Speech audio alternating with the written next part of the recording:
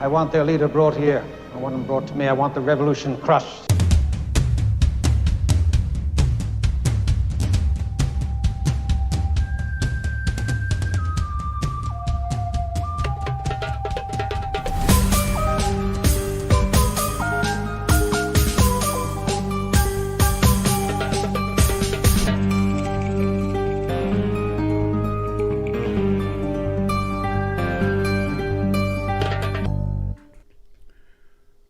Assalamu alaikum and welcome to the Mamluks. My name is Sim. Along with me, he's my trusty Sheikh. Assalamu alaikum. Sheikh in command. Sheikh Amr I Saeed. have no command, but yes. From Wilayat al-Mauritania. Like that. Very nice. And none other than Harry Elif from Assalamu alaikum, nerds. How y'all doing? Wilayat al-Indonesia. Yeah. Right. From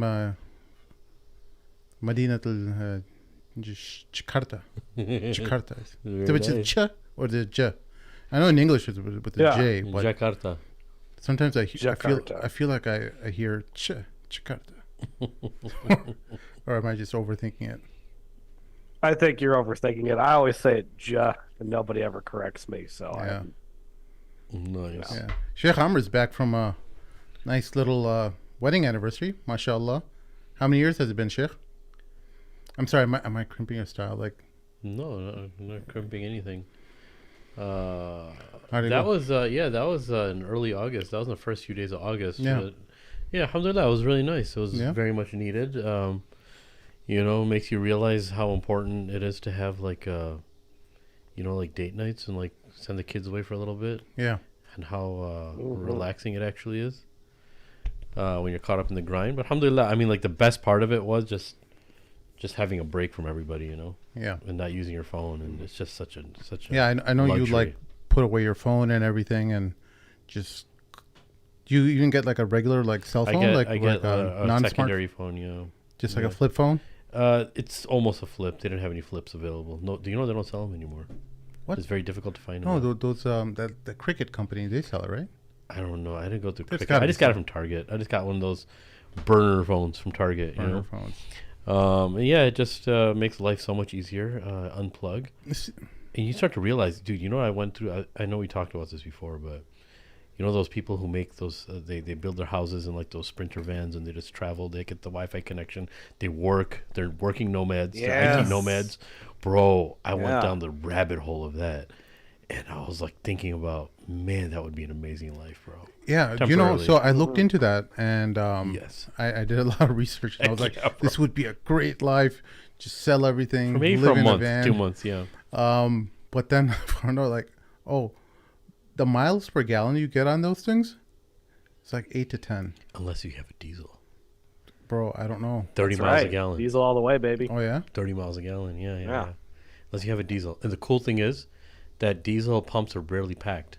All the That's right. crowds that you see, and when people are trying to run away when the apocalypse happens, yeah, it's rarely for diesel, baby. bro, that would be great if we had like a Mad Mamluks themed yellow and black. Van. What's it called? The The getaway Sprinter bug? van? What is it called? Yeah. Getaway, The Getaway apocalypse. van. Yeah. huh? Yeah. The getaway Bug van. out van. Yeah, bug out van. That's what they call it. Yeah. The bug out van. Yeah. So it's just Mad Mamluks themed. We have like a little cockpit up on top for you, Sheikh, with like a That'd be awesome. with like a gun, with like Oh, a. yeah, bro. Oh no, that's cool Harry's one. position. Harry's the gunner. Well, he can train us and all that, but that'd be First awesome. sergeant gunner. Heck yeah, dude. No, Very it's very elf. easy. It's very easy. It's not that difficult. No, but the awesome thing of this dude, he's not even in the States, bro. He's away, tucked Bro, away where that if part the of end of the world's coming, you're gonna pay for Harry Elif to be in your corner. You're gonna send him a first class ticket to come over here. That's true. You want a gunner in command, Mm. right on You top don't of your want me. bug out van. Bring all of his You technologies don't want along. me. Oh, you want to come? You don't want me to come over there. You want to come over here because, as Sheikh Ismail Kamdar pointed out in that article, Indonesia is one of the top 10 safest places. In fact, it might be number one. Wow. I think it was the Rand Corporation that did this study. Mhm. If war breaks out, Indonesia is one of the safest places. I'm going to tell you why. It's Yes. the safest place. This is Heck yeah. why. Because I used to be one of these dudes who had a closet full of guns, which have all mysteriously disappeared. for the purposes of whoever's listening. And the reason is because I concluded that if we get into a thermonuclear holocaust shootout with the Ruskies, I would rather be in a neutral, safe third-party country than be in a place where I have to wake up 6 months later after hibernation and now it's a desolate wasteland. Yeah. You know, I just decide it's not worth it. You're better off dying. What are Truskis? Sorry, better pardon my off- ignorance. What are Truskis? Truce. Ruskies, the Russians. Oh, the A Rus- Ruski. I thought he was talking The about some Russians. weapons. I thought he was talking Yeah. about Ivans, yeah, Sheikh. Oh, The Ivans, yeah, the Ivans. Yeah, so Indonesia, one, has a stable enough government that it's not going to collapse into chaos. Two, it's in the middle of nowhere. It's not, and it's three, it's not aligned. It's kind of friends with China and friends with America, kind of friends with Russia, kind of friends with Australia. It's not really, doesn't have any enemies, you know? It's where insignificance ends up becoming a strength.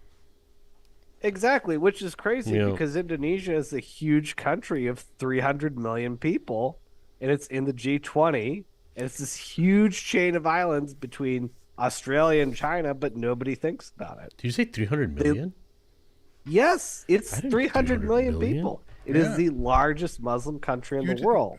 You I don't didn't- know 300 million people. Yeah, I bro. thought it was like 100, 150, bro. No, man. No, the most it's like huge. That's like the first thing we all learn in like Islamic I thought school. percentage-wise it was the most populated Muslim country. By ratio, you think? No. Like, Yeah. no. No. The actual largest populations of Muslims in the world is India. Yeah. India has a larger population of Muslims, but the largest Muslim country is Indonesia, not all of which are Muslims. Why don't Indonesians like to be migrants? I know you specialize in a lot of this migrant conversations with the conservatives here. You Oh, like I to have sure a lot of do. this back and forth. Why don't Indonesians? You don't hardly ever find any kind of Indonesian community, even a restaurant for that matter. It's very hard to find, even in Chicago, where there's a pretty multicultural environment. You can have your choice of dishes, whichever you feel like every night. Right. You could literally take your pick of what you want to eat from around the world, and we're incredibly blessed for that. That's by the true. way. Do But Indonesia does not leave? they're No, they don't. They don't, I'll huh? tell you why. Oh, tell me. I'll tell you why. All right, so Indonesians, there's a few reasons for that. So it's not poverty is part of it. Like some Indonesians would like to travel more. But a lot of the people who wanted to leave Indonesia already left. They have already been well traveled. Indonesians are very much a homebody kind of people. They're not like the Filipinos, who are just absolute travelers and sailors. They just don't have that mindset. And also, you have to understand, it's kind of like asking Americans, why don't we travel much outside the country? Well, because we're a big country. Indonesia's a bigger country, and as some of you know who are watching, the way they draw maps is white people centric. So Indonesia's probably actually bigger than it's actually portrayed in the map. I mean, there are 17,000 islands, and you have to also think about, okay, where do people generally go when they want to retire? They want to go someplace like Florida, right? Or Costa Rica, right? Well, I mean, Indonesia is literally retirement central. If you want to retire, you know, it's like Florida. It's got Bali. You know, we've got beautiful surf up in North Aceh for you to go surfing in if that's your thing. So if you're an Indonesian, like, you're kind of actually blessed in a way with beautiful natural geography that's retirement ready. You know, and then, you know, even if you're a poor person, you can enjoy those things. So it's like, why, if you could live by the beach, even if you were poor, you know, like, well, why would you go anywhere? So Go here's where? our Do trusty what? website where we can find out true size of Indonesia. All right, here we go. Indonesia. Let's drag this over to the United States. Oh my God, Yes, that's They what can- I've been telling you wait. guys. Look at that's that. huge. It's America, but islands.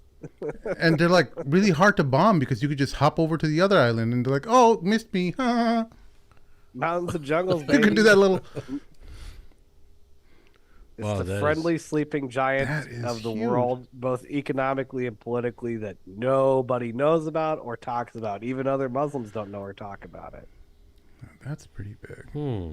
What about Malaysia? Indonesians piqued are my humble interest. people. They don't brag. They don't suck all the oxygen out of the room when they walk in the door.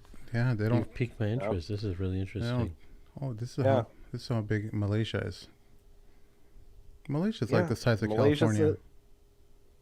Malaysia's a little baby country compared to Indonesia. Yeah. Wow. Yeah.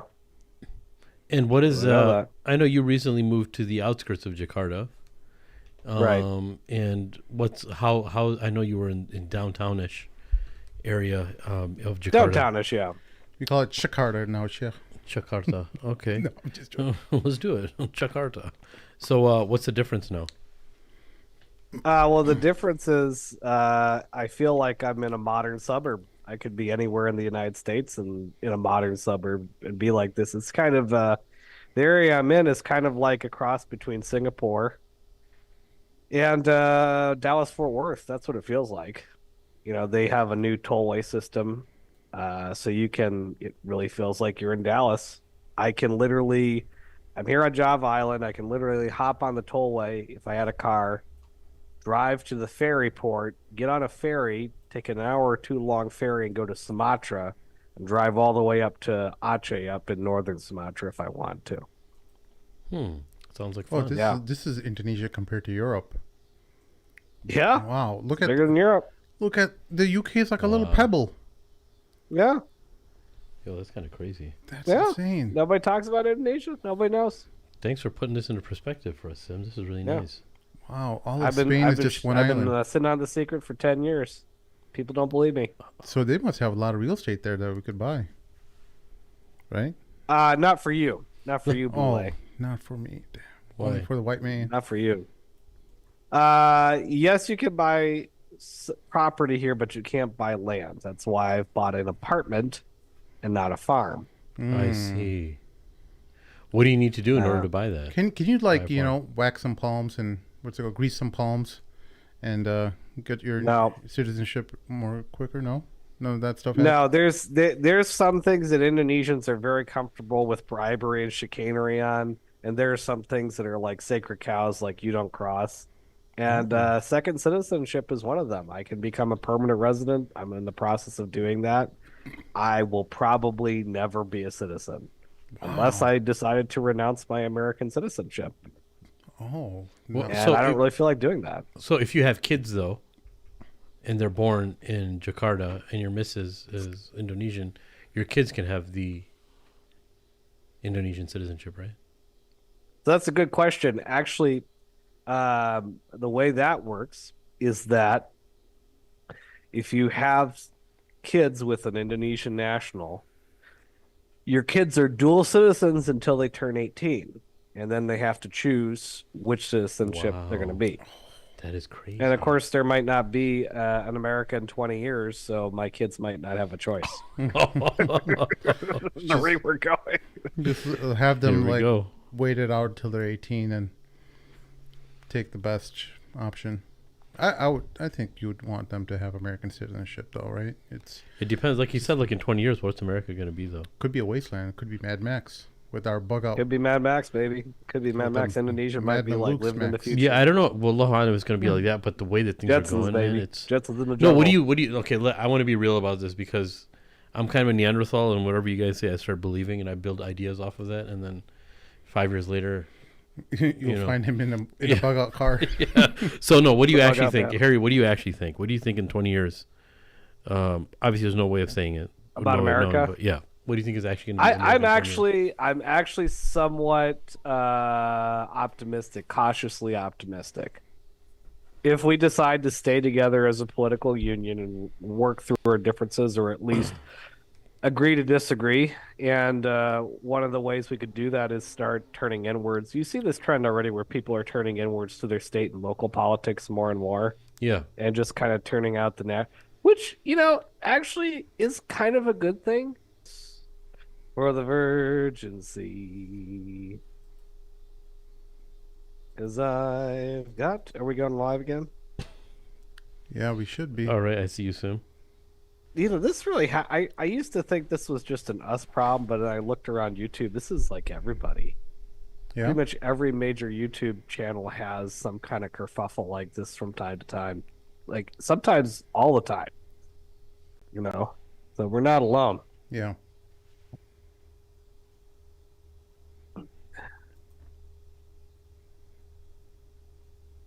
On board, I'm the captain. Oh, we're back. Are we? Yeah. Yeah, I can see us on YouTube. Yeah, Sweet. Are you watching seeing us me? right now. Yeah, I can see you. Yep, Okay. I can see you. Great. All right. Let me just Sheikh, why don't you give some salawat or something? Allahumma salli wa sallim ala nabiyyina Muhammad. They just did a sound check to let them know if they can hear us. Let us know. Yes. Bismillah. Harry, you've started quite the commotion here about it being them boys, Yeah, Indonesia is like pretty impressive place apparently. All right, they can hear. Yeah, they can see us, man. Yep, there we go. There you are. Yeah, You're back on. Indonesia is like a really up and coming place, and people should look into it. There is a program too. They are very open to temporary migration if you're interested in the traveler life, if you're interested in the expat life and you want to travel around and see what's up. There's a lot of ways to get visas here. You can get a remote worker visa for up to a year or two. If you're over 55, you can retire here if you have a steady income. One of the listeners wants to know if they have a temporary wife type of a thing in Indonesia. Oh, well, first of all, sir, there's no such thing as a temporary wife in Islam. I don't know who told you this. I don't know why these guys they're just out of line these days. They're out of line these days. I don't know why anybody would want to have a temporary marriage. Just go to a whorehouse if that's what you want to do, man. That's your temporary marriage right there. I don't know. It's serious. Like, why do they keep thinking they can treat sisters like this? It's garbage. It is garbage. You're right. Yeah. What are they thinking? I'm so sorry to make a chef. No, you're good, bro. You didn't cut me off at all. But before we had restarted, you were talking about we left off at the British pound, and we're talking about the direction of the United States in the next 20 years. Yeah. So the British pound is still here. Yeah. And it's still a world recognized currency. It's makes up 5 to 7% of foreign bank reserves and central banks around the world, depending on which stat you go by. The United States dollar is probably not going to collapse like Zimbabwe. We are a much wealthier, more powerful, more dynamic country, much larger than the UK ever was or will be. So if the United States pulled out all of our misadventures abroad, I think we'd be okay. In fact, I think we'd be better than okay. We'd have what was called previously a peace dividend, We'd be able to take that money that we're wasting on war and be able to take care of our own problems here at home and finally balance our budget and finally pay for health care, finally fix our border, finally fix all the problems that we have at home that need to get taken care of. So it might not be the end of America. It might be a really great restart if we could just kill this, stop with the adventurism abroad. If we could, it might be a wonderful time to be an American. Might, So I'm cautiously optimistic about the future. No, I like how you mentioned that the stopping of the adventures abroad. I think a lot of times when there's so much information and there's so many doomsday-esque scenarios that people can just begin and start based on what you see, and when all you see is blood and gore, and you see instability and you see corruption, it's very easy, and this has happened many times in history before too. People thought, okay, this is the end of this empire. Wallahu, there's no way of actually knowing, but I think it is a good idea to start thinking or buying property. Unfortunately, you can't buy land, like you mentioned in Indonesia, and I think it's many countries that are the same way. But it's good to start contemplating, at least buying a home, or considering building some connections abroad. I think that's something we should have been doing like 5 years ago at least, but it's never too late. But what is one thing I actually want to know, I don't know if you got a chance to look into this. Is there like a halal, legitimate, legal loophole in Indonesia for somebody, instead of buying property like a house or a flat or an apartment, to actually buy land, like farmland, that's maybe close to or on the outskirts of the city? What's the... Sheikh, you're going really deep into this. Are you considering boy, this? I've already. He's going deep. He is. Yeah, I talked to talking Harry to the right person. offline before. He's talking to the right person. He's, Yeah, dude, he's it's definitely like- talking it's to like the right one- person, you're 'cause I've basic- got deep in this You too. heard it here first. No, if you know, Breaking news. Sheikh Hammer. It's not breaking news. I look, when he told me that if you have an American income coming in Yeah. and you're spending about a fifth altogether, living probably a better life than you're living in the States right now, and just spending a fifth of everything, Yeah. that's almost like a no-brainer. It's like, You do realize, though, you would have to go through a VPN or something and seem like you're signing in from... yeah. I know that, yeah. Though, I mean, the internet is full of options for Yeah. that, though. I mean, it's amazing. Yeah. I know people have multiple VPNs. There's a lot, because there's people at my work. But I'm in cybersecurity, right? So Oh, we're yeah, the guy we seeing should be people talking sign in from countries that they're not supposed to be signing from. You're from Kansas, Betty. What are you doing in to. Petty. the Philippines or whatever? You know. So Betty's got the right idea for Yeah. sure. So people are being discovered, but they're denying it. So no. So I have a quick question then. Yeah. If somebody's using a good VPN, you as a security guy can still know if they're using a VPN and they're no, I can see though when their computer turns on before the VPN, it checks into other locations. from the Philippines. Yeah, for from instance. wherever. If it's connected to the internet, And there's no way of there's other applications on your computer that are identifying who you are to the internet.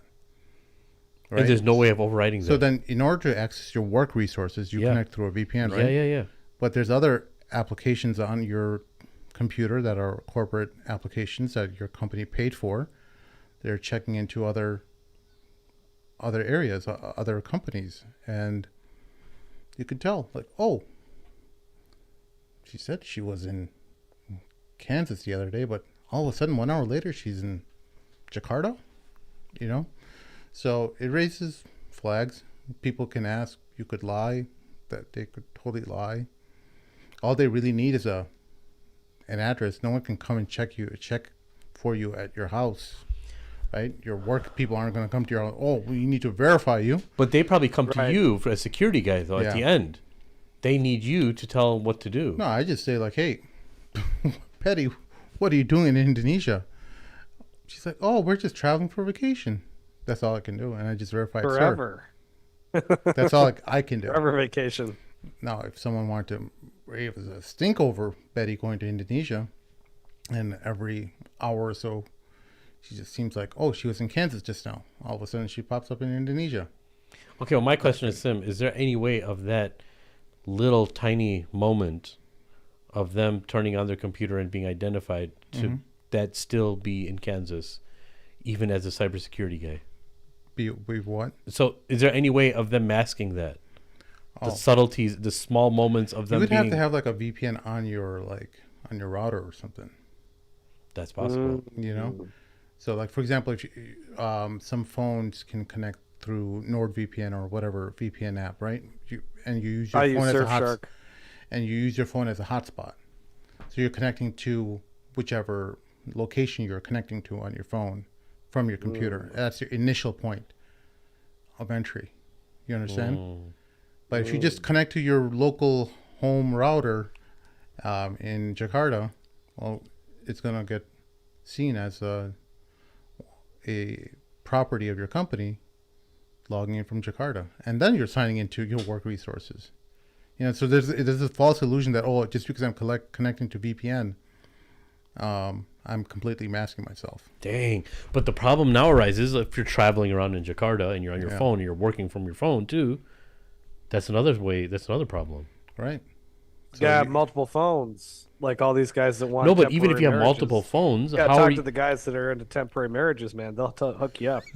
No. So that's two questions now. Yeah. If I work in Chicago, Yeah. if I'm from Chicago, my company gives me a phone, and I take that phone to Indonesia. Yeah. If I'm working, because that's the phone that they gave me, Yeah. that's a big problem. Yeah. If I don't tell them I'm traveling. Well, you can tell them you're traveling if someone asks. No, but I'm there for let's say I'm there for 2 years. I'm You're traveling. traveling again every time they ask. Dang. That's right. But who do they? I'm on Who, vacay, who baby. makes that decision? Look, all that matters from you on legal end is that you have an address in the U.S. and that you are paying your taxes. You can still get in trouble legally. You can get your company in trouble because they're paying you U.S. dollars because they pay each country Yeah. their employees the local rate for whatever is proportional to their living costs and living expenses for that country. So I guess it depends what position you have in the company and how disposable are you. Because if you're really good, for instance, small example, really good developer and the company needs you, and you're a hotshot, they're gonna be like whatever. But if it's some low on the totem pole dude that just like traveling and making American dollars and living in Indonesia, I'm like this guy's too much trouble for us. no, well, I Yeah. mean, look, There's some ultimately, truth to that. ultimately, your company can just say that as long as you have a legal address and you're traveling, you're still working your hours, you could just say you're traveling. Whoops, I'm traveling, but I'm working my hours. You're doing your work on time, and you got everything turned in. But if this dude is always traveling, isn't it a security problem? Isn't it a security issue? Not necessarily. that's- as long as Not really. No, as long as that's your work Data. responsibility, that your data and stuff, and No, Making the sure real that- problem is that companies see you're always traveling and working abroad, and if you're a low-ranking guy on the totem pole who can easily be replaced, then they start thinking, well, rather than using Bob from Kansas, quote unquote, why don't we use frickin' Kumar and change his name to Bob, and then just pay Kumar a fifth the wages? And that's outsourcing. I mean, you even see this with Papa John's. Yeah. Papa John's and Domino's now have outsourced the phone order process. I don't know if Yeah. I've had this happen where sometimes I'll call into a Papa John's pizza. At least they were doing this for a while, and you'd get Kumar in frickin' New Delhi. Kumar. Hello, my name is Bob. Hello, my name is Bob. What would you like? Welcome to Papa John's. Thank you for calling. What would you like on your pizza? And you're like, what? yeah, And then you realize they've outsourced the call order pizza process to some dude in India. Just like many other call centers in India or the Philippines or Mexico or wherever. All the time. Yeah, so the problem is because so many people speak English now around the world and are well educated in many parts of the so-called developing third world, which isn't really the developing third world anymore. In fact, we're starting to look more like the third world than they are. The American corporations just see you're just signaling to American corporations that you're replaceable. So even if you don't get fired because you're not doing it for doing something wrong, eventually you've just shown them that you're replaceable. Unless, like you said, you're a high-skilled professional that's been doing this for a minute and you're not easily interchangeable. Yeah, thank you for that insight. I didn't actually think about that on a security level. yeah. Well, there's a lot to think about. There definitely is. Well, we'll revisit this topic. I've barely scratched the surface. I haven't actually been part of an investigation where people have been looked at or investigated at related to where they're working from. But One last question. Yeah. We'll move on, I promise. So the last question I had was, if your manager, even your CEO gets involved, about one person, example, okay, this dude's always traveling, do they base their decision based on what your input is on a security level, or are they going to make their decision regardless of getting rid of this dude? no, they're not. They're not going to ask me No, about not gonna do getting rid of you. They're going to ask me, hey, where can you find him logging in from? What are times, dates? Where is he accessing these files from? those kind of things I can look up. Yeah, but if everything is fine, will they ask you? They're not going to ask you though. Hey, this guy, because if he's clear on the security level, they're just going to keep him then, right? Most likely. Yeah. I mean, they will obviously do an investigation. I don't know what else that investigation entails, but as far as cybersecurity is concerned, I would probably be hunting and seeing where you're signing in from a application called the SIEM application. The SIEM. Yeah, the SIEM, SIEM. Oh, the SIEM. Yeah. It's beautiful. So yeah, it's a log aggregator. It basically collects every piece of log that's in your company, and you analyze it and see like, okay, well, what am I actually looking for? Oh, I'm looking for Sheikh Amr Saeed. Okay, well, where are his last logins from? Blah blah blah, and then you compile a list and you match up times and stuff, things like that. Yeah, Beautiful. All right, so let's get down to business. Get down to business. Let's get rid of the It's banter time for now. your illegal activities to be put to an end. Darn it. Uh-oh. Let's Serious stuff now. No more monkeying around here. Can't wait to have you back in the studio, bro. But anyways, Here yeah, we man. the end of Israel's economy. Ooh. Mundo Weiss reports the Israel genocidal war against Gaza continues unabated. The Israeli economy is facing a catastrophe. The physical destruction in Israel from the war has been minimal, but one thing has been destroyed: its future. Dun, dun, dun. All right, here we go. Israel's genocidal attack on the Gaza Strip, which killed over 40,000 Palestinians, more than 15,000 children may well have doomed over 146,000 additional Palestinians from Gaza to die in the upcoming months from health complications due to injury, starvation, and disease. The war has ruined the lives of 2.3 million people in the Gaza Strip and thousands in the West Bank. Estimates in the UN are that 70% of the houses were destroyed and that the rubble will take 15 years to clear. Nevertheless, there is little doubt that the Palestinian survivors of the genocide, though traumatized, impoverished, and mourning their lost family members and friends, will eventually rebuild, recover, however long it may take. The economic indicators speak of nothing less than an economic catastrophe. Over 46,000 businesses have gone bankrupt. Now they're talking about Israel. Tourism has stopped. Israel's credit rating was lowered. Israeli bonds are sold at the prices of almost junk bonds. And foreign investments have already dropped by 60%. In the first quarter of 2023, as a result of the policies of Israel's far-right government before October 7th, shows no prospects of recovery. The majority of money invested in Israeli investment funds was diverted to investments abroad because Israelis do not want their pension funds and insurance funds or their savings to be tied to the fate of the state of Israel. This has caused a surprising stability in the Israeli stock market because funds invested in foreign stocks and bonds generated profit in foreign currency, which was multiplied by the rise in the exchange rate between foreign currencies and the Israeli shekel. But then Intel scuttled a $25 billion investment plan in Israel, the biggest BDS victory ever.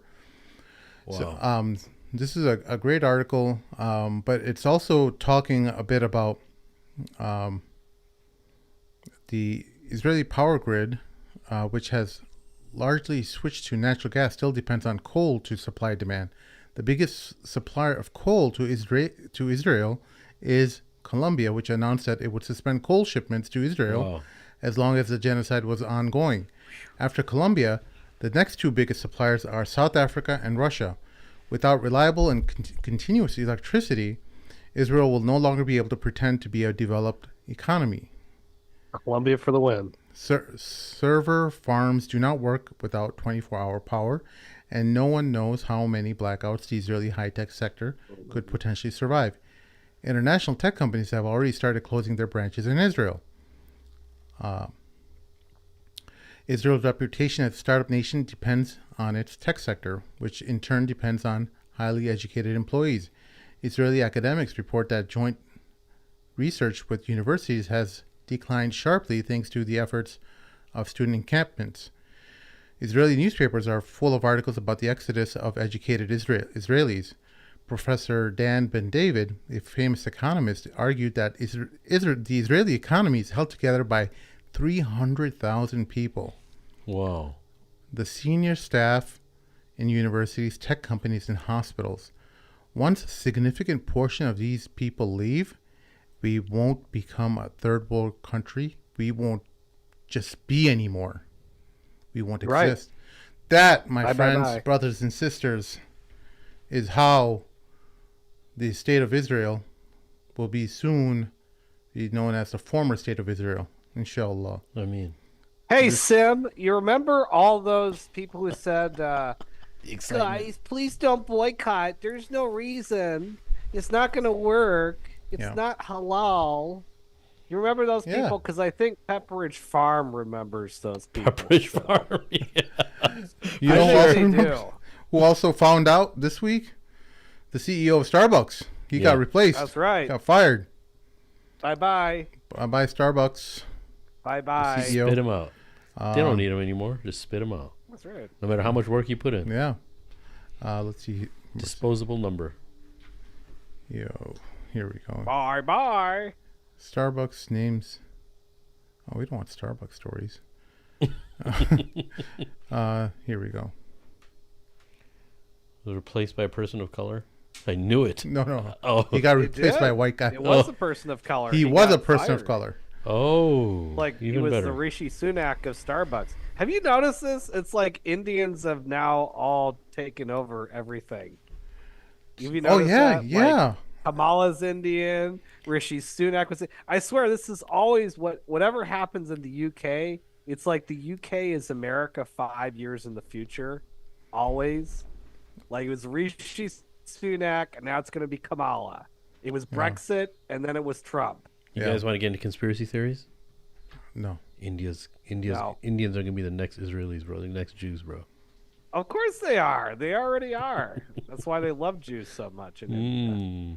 Well, why don't you explain yourself further? What are you doing? I'm just. You're just being goofy? Yeah, I'm being goofy, but this site, people are. The reason I said conspiracy theories, a lot of people that already hated Indians and Indian call centers and Indians all over the country, Indians running and all like Microsoft and all these conglomerates that are being taken over by Indians. And India's pumping out tons and tons of tech geeks and nerds, obviously putting in the work.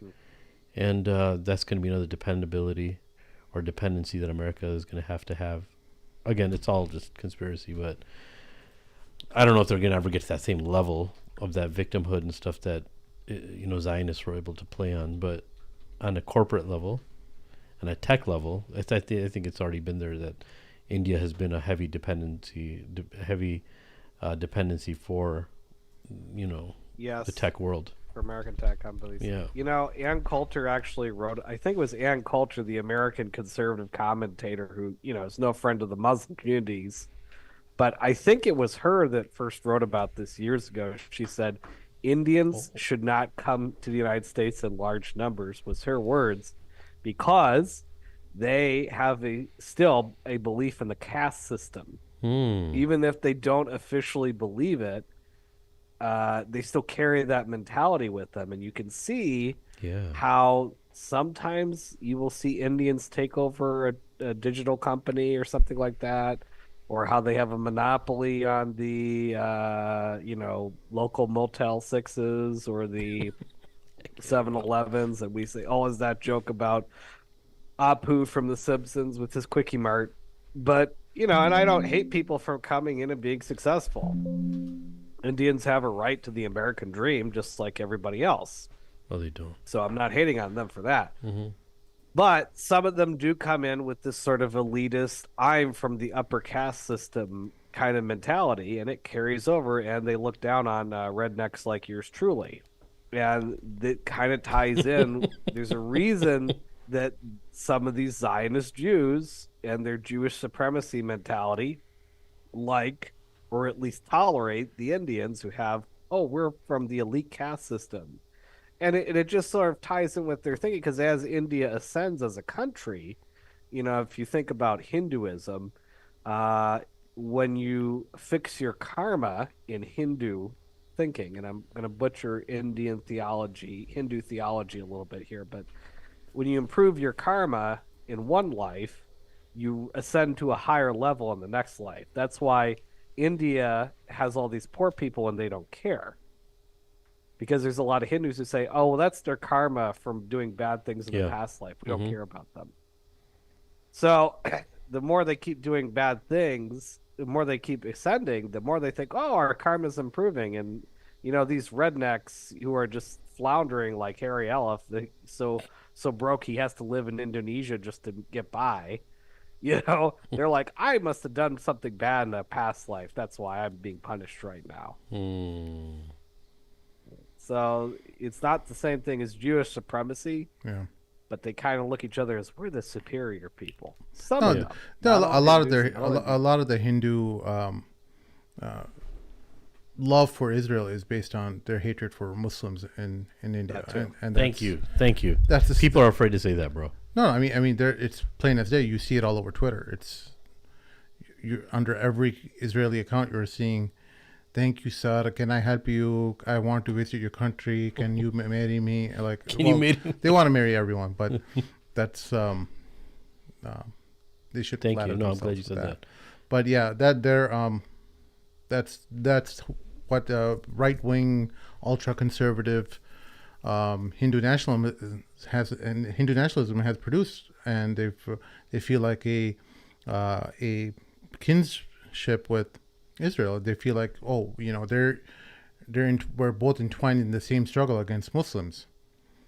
While they go to the UAE with their hat in hand, making agreements to take in more migrant workers from their country. Yeah, there are stupid leaders in the Gulf countries are like, yeah, we'll help you out. Yeah, keep treating our Muslims bad and keep doing what you got to do. They don't think about it that way. It's all about money, bro. Yeah. If it makes dollars, it makes sense. That's all it is. Nothing else matters. Worship the dollar. But yeah, so I think after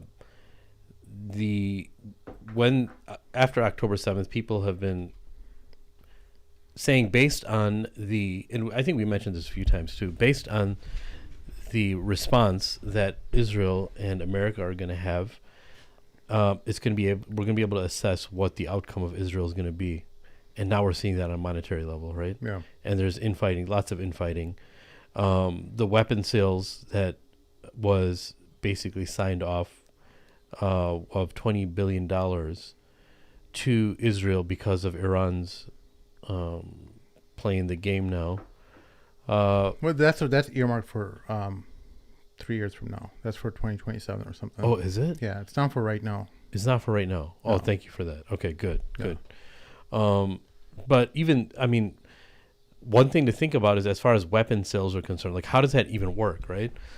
When America sells weapons to Israel, it's actually kind of like a game. It's actually not actually even a real sale, right? So that's the funny part about everything, right? They give this money to Israel, and Israel in turn buys stuff from America, like some weapons and stuff, but also buys politicians as well with that money. Yep. And the cycle just repeats. And then those politicians like, hey, let's give more money to Israel. And Israel's like, okay, let's use some of that money to fill our pockets, make some weapons manufacturers happy, and buy some more politicians. And that raises the eyebrow. Is it actually real money, or is it just being printed out? No, I mean, obviously it's being printed. Yeah, everything's printed exactly. out, right? So it's just a big game. It's like, but the fact that they have to say weapon sales, there have been Americans that'll be like, okay, that's a win for us. We just made $20 billion off of them. Yeah. No, well, we actually didn't. But guess the one sucker is the American citizen. Yes. The American citizen who's paying through the nose taxes, who's barely able to keep things running at their home, barely able to make ends meet, feed their children, give them a decent life. They're the ones who are forking over hundreds of billions. Forget about Israel. They're Ukraine, Egypt, all these different countries all over Oh, the yeah. world are recipients of billions and billions of dollars of aid from the United States. And the reason why they get them aid is not like, oh, we're just being generous out of the mercy of It's our not heart. humanitarian No, by any means. Egypt, for example, gets a lot of security guarantees and assistance to prop up their regime and give their regime legitimacy, right?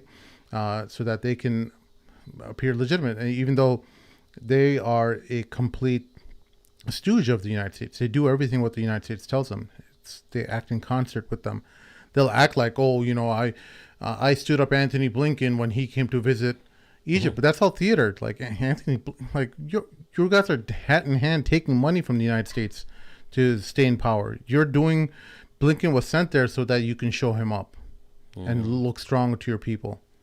Like, oh, you know how the people on the street are? They're simple-minded people. Oh, Sisi, he gave the finger to Blinken and refused to see him. That's our leader. He does that for Palestine. There's just dumb people like that. Yeah. They just easily get duped. A lot of people fall into that, bro. And it's sad. It's unfortunate because when you people in the United States and UK, when you talk to young kids over here, like, oh, yeah, well, that's pretty obvious, right? No, it's not obvious for them. You don't understand the illiteracy and ignorance of people until you travel. Here, you're seeing probably right now in Indonesia how many just ignorant people they're not stupid, they're just ignorant because they're just farmers and they're regular people who don't know how to make sense of anything, and they just only understand basic human truths. Yeah, basically on the game Not of where politics. I live, but You're in visited the Jakarta, places but they're talking. I'm Yeah, talking about I like understand some what of the you're talking about. villages and stuff like that. People just don't know much at all. No, I mean people aren't even very well educated about Islam in some parts of the Yeah. country, even though this is the world's largest country. It's not because they're stupid. They're not stupid. They just recently got the internet. They just recently got maybe even just now finally getting schools in some parts of the country. Some places still don't have proper roads or proper electricity. So it's not about, are you stupid or not stupid? It's about, do you have access to information? But that's changing. I mean, especially with this younger generation, it's very well educated people Yeah. growing up here. I would say perhaps overly educated, and that's because I think everybody around the world, for the most part, is overly educated now, in that we're forced to go to university just to get a decent job, many of us. And I know Sheikh Ismail and I have talked about this before, and I know he's talked about this many times, which is that the modern education system sort of keeps people stuck in childhood unnecessarily for way too long. But, on balance, education has been pretty good for humanity, Yeah. even if it could have been done better.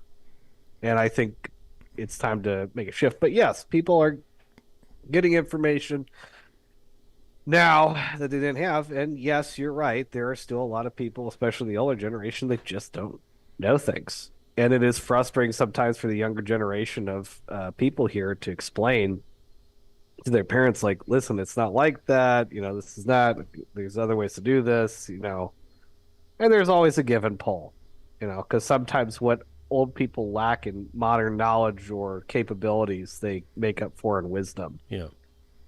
And you have to respect that too. Of course. Wisdom, in fact, is probably more important than knowledge Yeah. in many cases.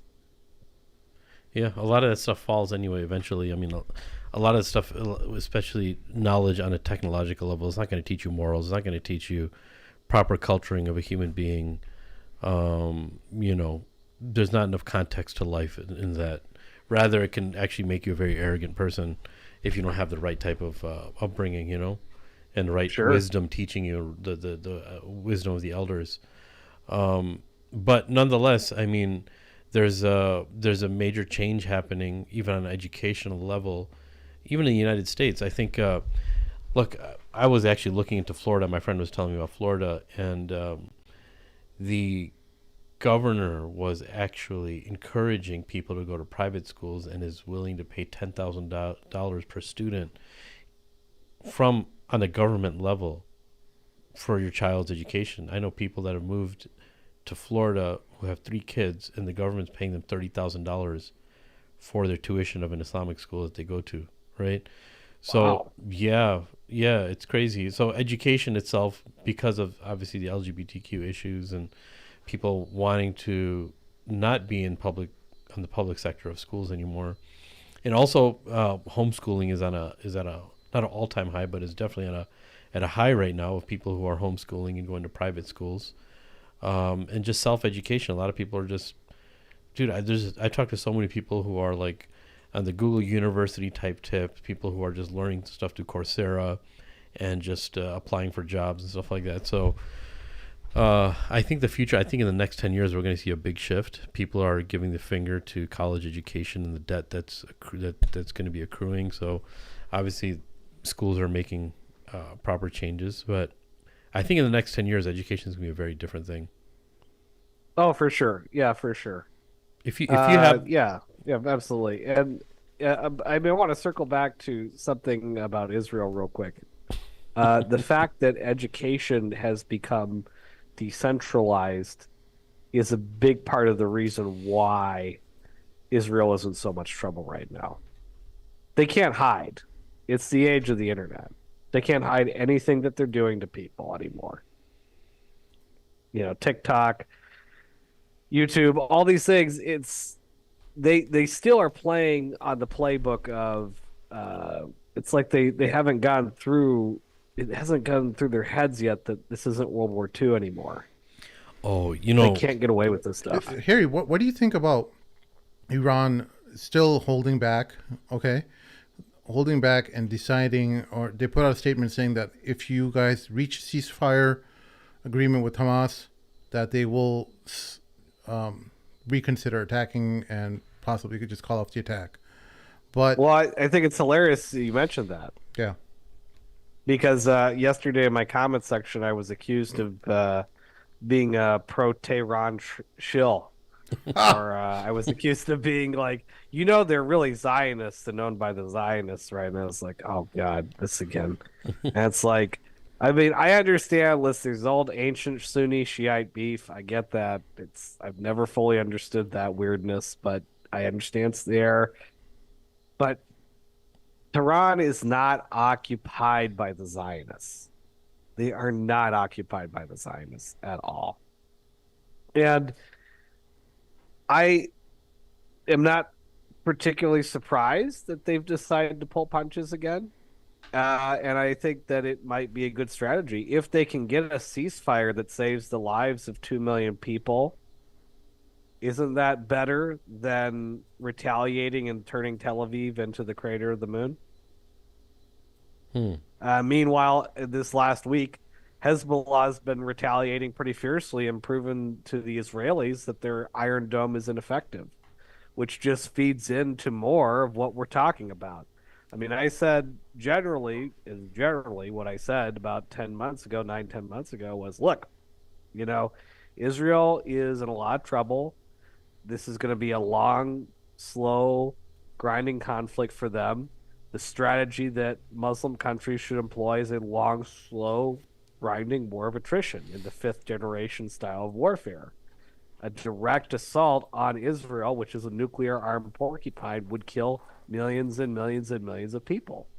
And people said I'm weak or I'm a sellout or I don't know what the hell I'm talking about. It's like, well, putting my military background aside, I just read a lot and I'm just thinking about this logically here.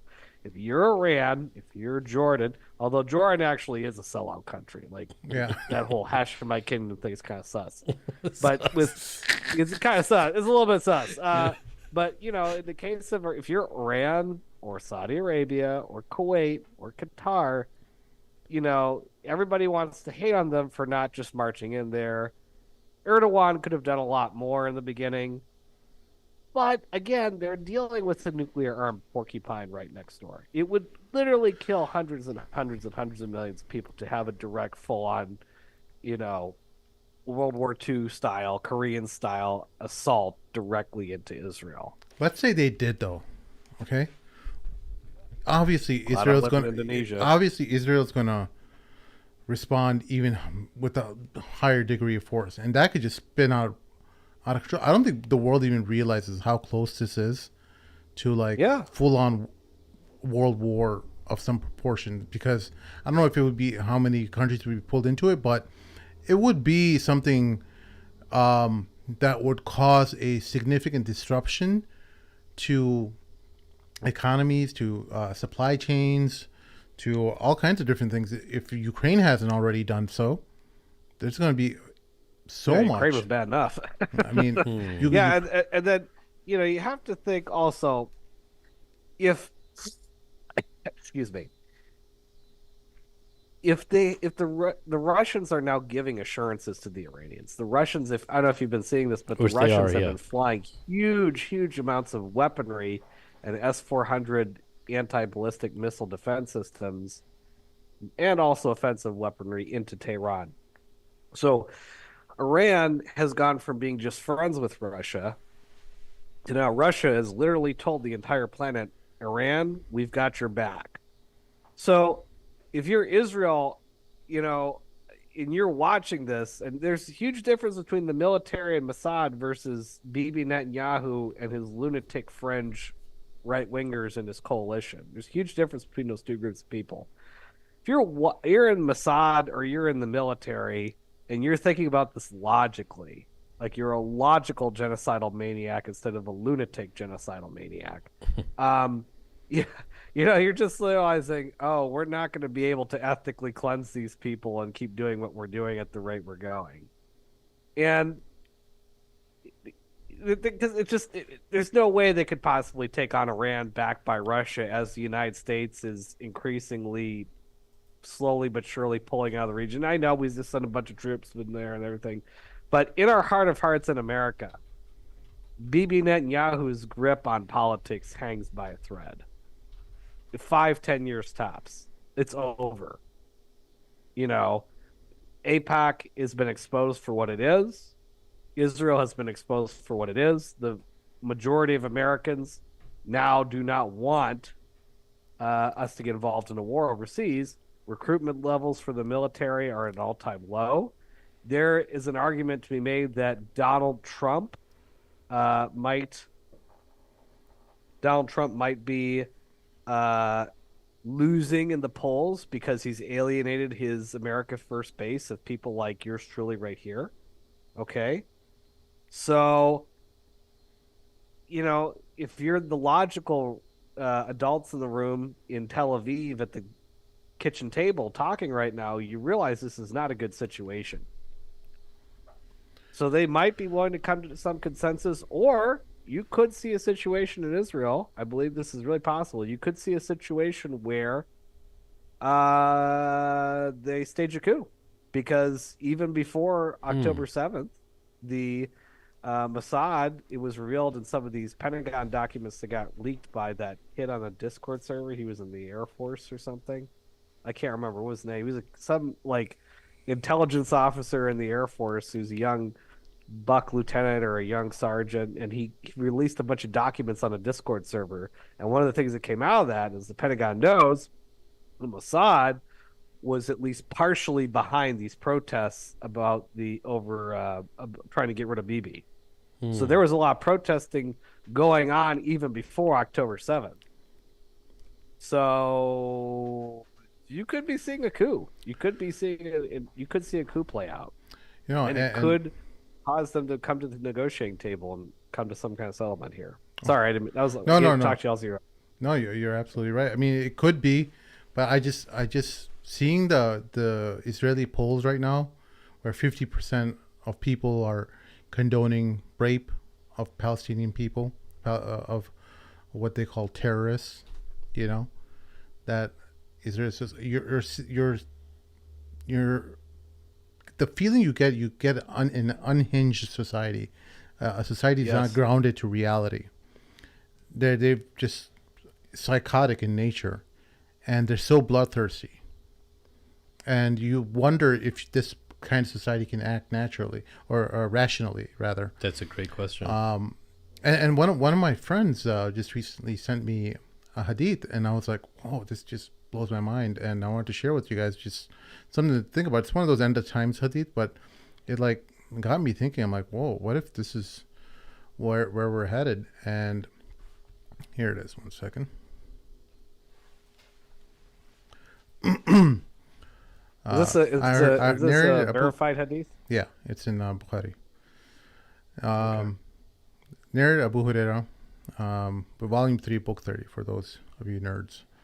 Narrated Abu Huraira, I heard the Messenger of Allah sallallahu alaihi wasallam saying, the people will leave Medina in spite of its best state it will have, and none except the wild birds and beasts of prey will live in it.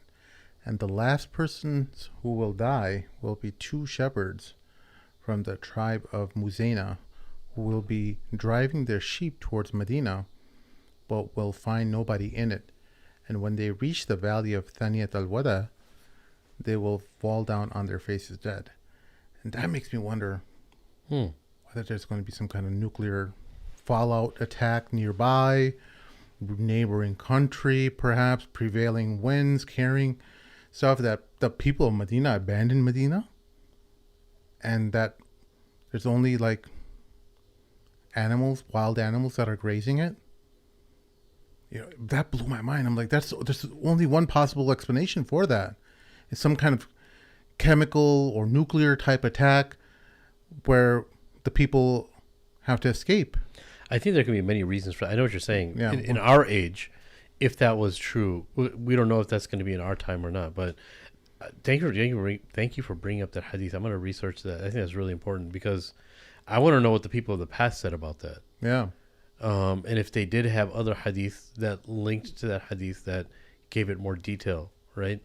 I don't know if this is the only hadith that's there like this, but I'm pretty sure there's a nice elaborate explanation to that.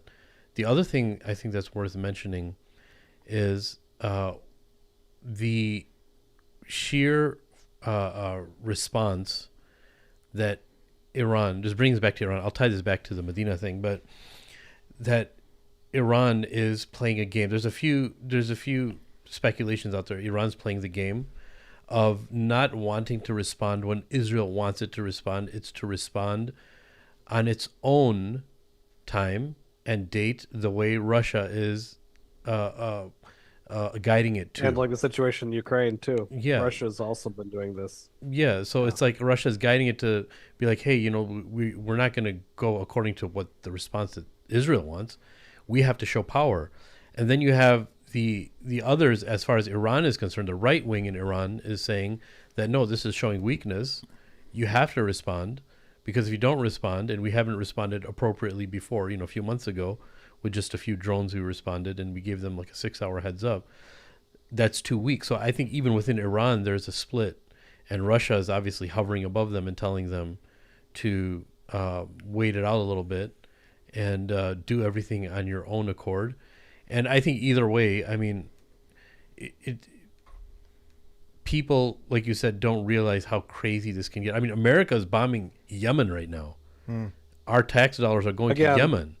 Yemen is actually being bombed by America, right? So there's a lot of spreading thin that's happening, and any of this can just jump off. I think Russia knows that. I think Russia is obviously, no matter how much people hate Russia, I couldn't imagine them giving Iran bad, judgment guidance. I'm pretty sure they have to be playing this really carefully, because they need to ride this situation out of Russia being the heroes and Russia becoming strong. And because if they lose this opportunity, then it's like climbing back to the top after you lose to a champion, right? Yeah, you got to climb back up. And Russia's in the number one contender, and they've been sitting there for a little bit, and I don't think they want to lose that. Well, what we have yet to see from Russia is at least any kind of nuclear deterrent from. You have to hear some kind of language from Russia that, hey, Israel, if you launch a nuclear first strike at Iran, we're going to have their back, and we're going to throw a nuke at you. That's where what Iran needs to survive. In order for any kind of evenness to happen on the playing field, the only way Iran can level the playing field is that if Russia says, if you get nukes involved, then we're going to be Iran's backup for that. But of course, that's something that's, and I'm not saying this, I'm not dismissing it, but how far away do you think we are from the nuclear talk happening? not very far with the genocidal regime Not that very the far. not you can't put anything off the table with the way the Israelis are acting. Because The Israelis are acting literally unhinged. You can never have imagined yeah. them openly discussing on Channel 12 News in Israel whether rape is okay. But they're the most moral. Remember that clip I sent you? Yeah. In the UN? But we're the most moral. Our greatest friend and ally, So- most moral army in so- the whole wide freaking world. Yeah. kids. So Harry, when you were Right. saying that, look, I agree with you. They're crazy. It's super narcissistic to the highest level, but they feel that they can fight, and for the most part, they kind of are still fighting just by saying and making you believe that, hey, we are the most. I mean, it takes a crazy person to all this being uncovered about you through social media and the world and news and America telling you to hold yourself back a little bit to say we're the most moral country in the world and say it with a straight face. Yeah. And they keep doing that over. And I think that's the power that Israel has, is they don't care about what people say about them. They're going to keep doing, no matter how much proof is there. You know why they don't care, though? They have the powerful people on their side. They have the billionaire class. They have the U.S. politicians. Netanyahu said it himself on that recorded interview where he was talking to a couple people, and he says, it doesn't matter what the UK thinks. It doesn't matter what the Europe thinks. All that matters is what the United States thinks. Yep. And as long as we have them in our corner, Not even the corner, we have control over them. yeah, We have them in our Well, hand. they said we'll And again, suck them dry or they know something that like that. Yeah. they know that this No is pun coming to intended. an end. They know this is coming to an end with America. They can see it. That's why that leaked audio from APAC headquarters months ago. We have a major, major, major problem. He was talking about the generational divide, Yeah. not the left versus right divide. The generational divide. Hmm. Boomers are dying. Gen X is slowly taking over. Millennials are slowly taking over. Zoomers are slowly coming into their own and voting more and more and more. None of these people really like Israel. Not really. It goes beyond left versus right. Younger conservatives like me, we don't really like Israel. We've never really liked Israel. I've never liked Israel pretty much from like the last. Really, I mean, seriously, I've not liked Israel. I mean, when I came back from Iraq, I read John Mersheimer's book. And I was like, oh my God, we've been completely bamboozled and scammed. Huh. That's part of the reason why I went crazy, man. Because I was like, oh my God, I couldn't believe how badly we've been scammed and bamboozled by these people. Yeah. And you think about the neoconservatives in our political class and how a lot of these people are actually Jewish and also Zionists themselves. So you just realize, oh my God, we have just been bamboozled hardcore by these people. Yeah. And It's just, yeah, no, I think the money and the support is a part of it, but there's something indigenous about. I know this may sound racist, but that's why I think it's a strong point that people can have, but there's something specifically about them that when it goes nuclear, I think Israel's a type of people that if you consider winning those who release the most nuclear power, it will be because they're like, hey, if we're screwed, we're going to screw the whole world. They For a could. few million. That's the type of people they are. Absolutely. Like if we're not going to survive, They are. Israel's only safe haven, and we're not going to let this happen again. Screw everybody. Yeah. While other countries may have a moral compass and be like, hey, we can't do this. This is going to kill too many people. Israel's going to be like, screw everybody. This is a kamikaze mission of the whole world. Yeah. That's why I think once a nuclear talk starts with Israel, there's no telling you what the hell they're thinking. yeah, They're going to no be like, kidding. screw And this is- America, I- screw everybody. It's all or nothing. I had Jory Mika on. I'm sorry, there's a little bit of cut. I didn't mean to cut you gentlemen off. There's a bit You're of sound good. delay. I didn't mean to cut over you. No. This is why I had Jory Mika on, who is an evangelical Christian who has a big following on X. Almost 100,000 subs now, and she's talking about this. She's been trying to explain to fellow evangelicals for a long time. She's from Pennsylvania, but she went to some evangelical universities in Texas that I'm familiar with. I've actually seen them, been on their campus before. And she's talking about it.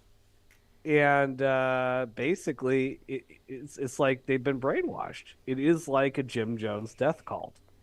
And this is why, I don't get. People always ask me, "Oh, why aren't you more angry at the evangelical Christians?" Well, some of them I do hold them responsible. Some of them, but some of them, it's like they're not bad people.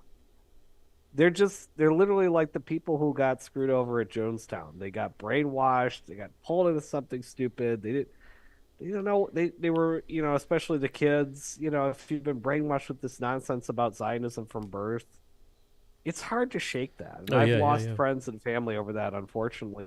But Yeah. I try not. I don't really get mad at them. I'm mostly sad, not really angry. Yeah, and I know so many reverts who are struggling with that with their family, trying to because their family comes from an older generation, from the boomer crowd, like Harry said, and they've been brainwashed from the Holocaust propaganda right after World War II to be extremely sympathetic to Zionism, and their whole worldview was always that the Israelis were the good guys, and Right. trying to explain that to them is very difficult. It's completely flips over everything that they believed in since they're young. It's like almost like becoming Muslim. It's so like disenfranchising, mind-boggling for them to understand.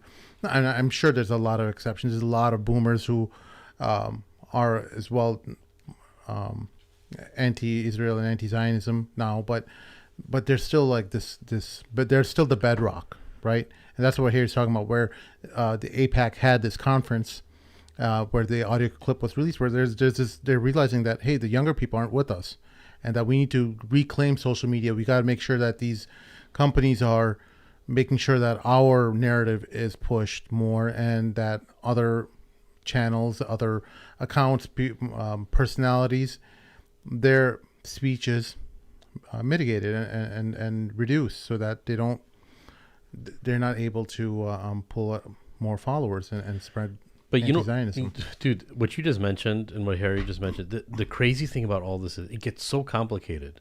And we hear that all the time. The issue is complicated. And it is because, like you said, people, the boomer generation has been brainwashed over in every facet of their life about Israel. Just imagine how many other things, but just Israel. And so many ideas float around. Nobody knows what's what. And that's why in a time of complication, revelation and wahi make the most sense. Yeah. That it's the standard, it's there, and it's always going to be there. Wahi meaning the Quran, the primary source of wahi. And in order for you to unbrainwash yourself, you need something very stable that's going to change the concept that you have about everything that exists, right? And about your creator. And in this war of ideas, like we see how complicated and how filthy all of this is and how hard it is to keep up. And then on the other side, you look at the Quran and you look at wahi and you're like, whew, thank God for something this stable. Because if we didn't have this, it's over. I mean, like what else do you have to live for? But when you have revelation or wahi, then you see there's light at the end of the tunnel, that all of this can vanish. It doesn't matter. It all comes back to Allah and His Rasul and our deen. And that it's such a breath of fresh air to have that. And imagine people don't have that, dude. Yeah. This is their world. This is it. Yeah. This is it. Right now, they're looking to guys like Nick Fuentes and the Grapers to guide them, to be their leader. To pressure Trump. And I'm like, okay, well, I don't know how much. The thing about those guys, and Harry knows quite a bit about this as well, so I want your thoughts, Harry. Like, how much do you think he has an effect on Trump in terms of they're pulling their support from Trump, and it seems like Trump is feeling it in some way because he's seeing it. The polls are showing him down. He's completely bungled the everything that happened since Kamala Harris got the nod and Joe Biden got pulled off of the ticket, and it seems like he's just doing everything wrong to upset conservatives. Do the Groyper, Nick Fuentes, and do they have do they have an impact on this? Possibly. He could turn this around. He's got, let's see, 3 months left, 4 months left. He could. With Kamala Harris, it really goes back to the day after he got assassinated. He had a huge boost, and he has blown it. And the problem is that he has two primary campaign managers. I can't remember what their names are. I've seen their faces, both white ladies. And I don't want to say they're plants, but they are definitely establishment swamp creature types. They're from the old guard. And also, they're new guard in the sense that they really want to emphasize reaching out to other people other than white, traditional, rural, red state Americans. And it's kind of crazy because if you look at the map, still, white people are still the majority in America, and you don't actually need to placate minorities by having a Sikh woman do her prayer chant at the convention.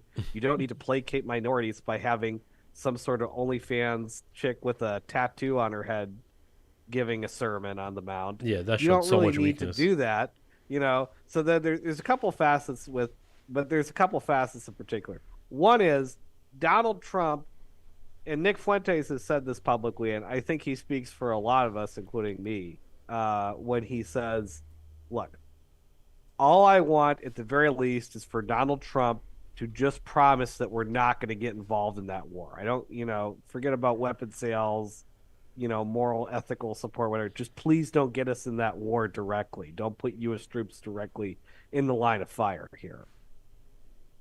And Donald Trump has not come out and said that. In fact, Donald Trump, and I remember talking about this with Sheikh bin Hamid, and he disagrees, but I've been saying for a long time, Sheikh, if you're listening, if you're watching this live stream, Donald Trump has been compromised in some kind of way.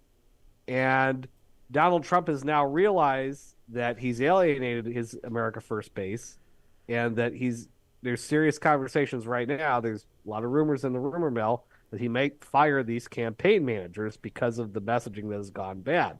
So, Sheikh bin Hamid, this is what I was talking about. Something had changed about Trump's rhetoric in the last year or so that has gotten more and more steadily pro-Israel and further away from the conservative movement. He also disavowed this conservative proposal, I forget, Heritage Foundation, Project 2025, which had a lot of conservative traditional goodies, some of which I agree with, some of which I don't. But the point is, Donald Trump kind of just out of hand dismissed it completely. We're not going to, that's too extreme, blah, blah, blah. He said that publicly. So again, another facet of alienating your conservative base that loves you. And then he's alienating the America First conservatives and independents that would show up for him in an election. So the fact that polls are showing Trump losing by 3 to 4 points in places like Arizona doesn't surprise me. It really doesn't. Trump, it's not just because of changing demographics. It's because you alienated your core constituency. The constituency. You alienated them, sir. So he can turn this around, but he's been compromised possibly by his campaign manager. They're giving him bad advice, and he needs to fix it. Yeah, it seems like I don't know. Rumor has it that he's debating whether to fire them or not. We'll see. I think the Republican establishment and the Democrats they figure out a way to control him. Because ultimately it's not that he's going to do anything radically different in terms of policies and how he's going to run the country, but in terms of the United States standing in the world and the message that it wants to send out. And you always want a good face that represents your sometimes horrific policies, but he lays it all on the table. He says, yeah, we went in there for the oil, and we stuff like that. This stuff that even though everyone knows that they're doing it, the state wants to project this image that we're trying to spread freedom and democracy. Yeah.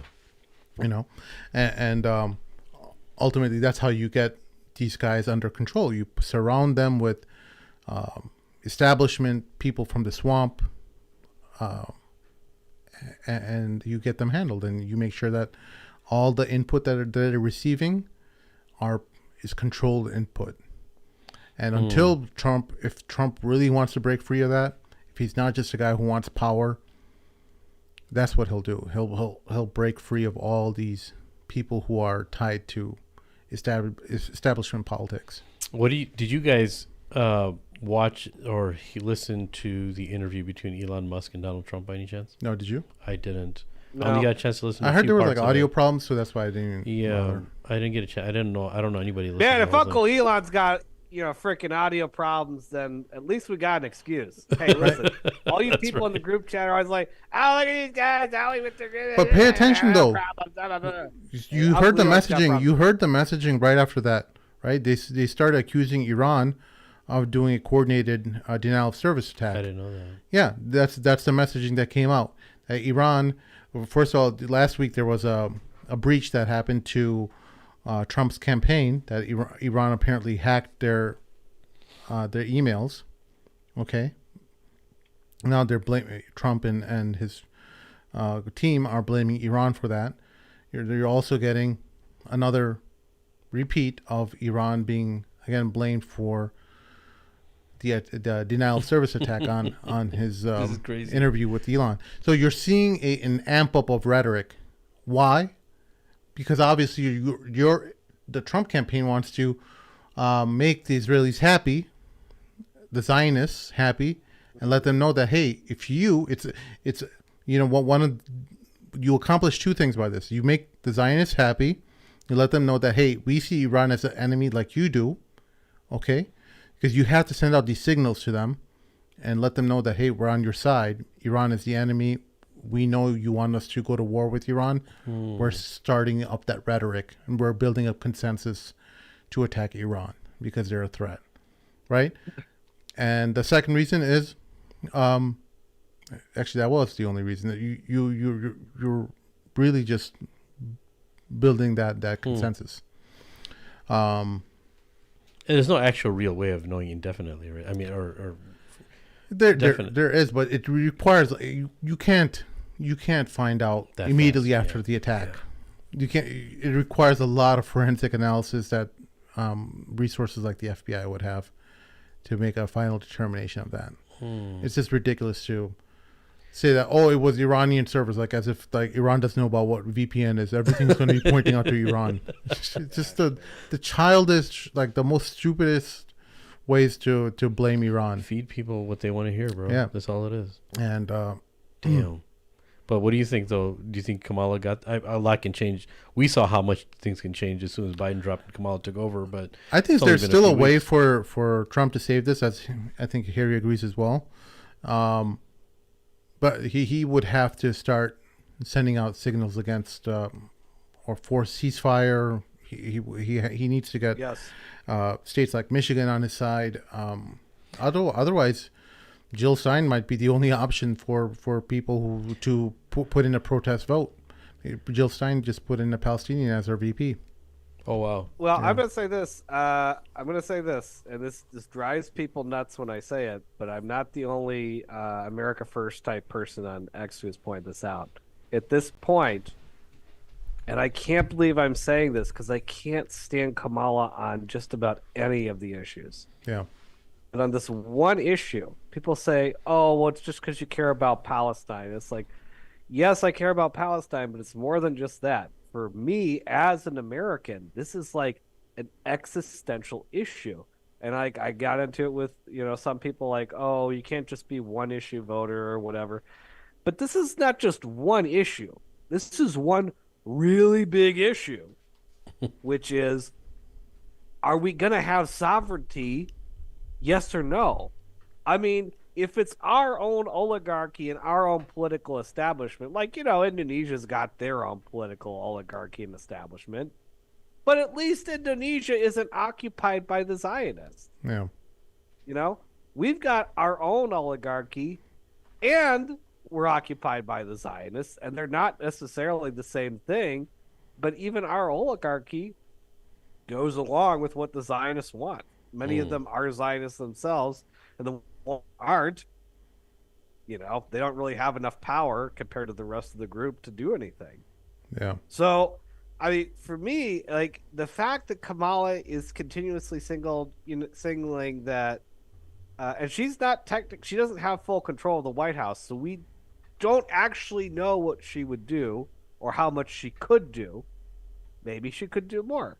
But there are a lot of normie Democrats, establishment type figurines that are increasingly like, I don't know about this Israel thing. I don't know about this Israel thing. You see it with Nancy Pelosi, yada yada. It's not just the squad. So, when she's signaling that she's going to have Tim Walz as her VP choice, I just think about all the stupid BLM rioting and all this, and then I go, yeah, but at least they're not going to completely cave into Bibi. Yeah. And I go, I'm low-key okay with them being president because at least they'll be checked by the Senate, the Republicans in the House and the Senate, which is super divided 50-50, and also they're going to keep being checked by the Supreme Court. So, Yeah. I mean, best case scenario, if they get elected, if they really do permanent damage to the Israel-America relationship, I mean, I hate to say this, but if that's what it takes, that's what it takes. And I can't stand her on so many issues. I hear you. I just, it's so hard for me to imagine any president throughout history, whether it was Obama, Trump.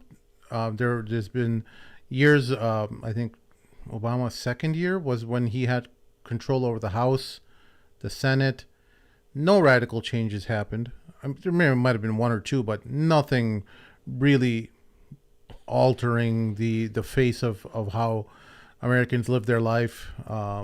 Systems are not designed to change quickly overnight. And same with Donald Trump. Donald Trump had both the Senate and the House, and nothing really changed during his administration. It's just, I'm not saying like, what I'm saying is, I'm not talking about a radical overhaul of how things work. I'm talking about just the regular American, the average American who's struggling. Yeah. Nothing has worked out in their favor. They're all still struggling. They're all still poor. They're all still worried about migrants. They've got them all worried about migrants when they're the bastards who are just stealing all their money. Yeah. And they're creating all these policies. Yeah, of course, migrants are illegal migrants are part of the problem. Why? But they're not the all and all. It's not that they're not the one reason. There's many reasons why. Forget about, just think about how much you're being taxed. You're being Republican, right, and you're the party against taxes, and you couldn't give any kind of tax cuts during Donald Trump's administration. Well, there was tax cuts. There were tax cuts. There was a little bit. He did pass it. There's a little bit. It was, and it did help some people in the middle class. In the upper middle class, I think. Well, no, not just the upper middle class, the lower middle class too. It did affect and help a lot of people. I mean, Trump did something akin to Reagan in that he lowered the tax rates but closed the loopholes for some of them.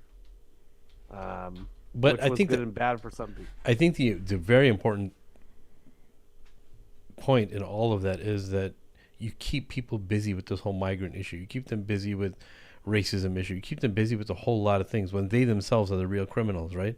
And that's the problem. And that is a different level of brainwashing, right? A different level of instilling fear. Because when you give somebody fear and you hand it to them on a silver platter, here, busy yourself with this, that's what they're going to be busy with, and they're not going to know about what's actually happening, right? And that's the majority of the world, unfortunately.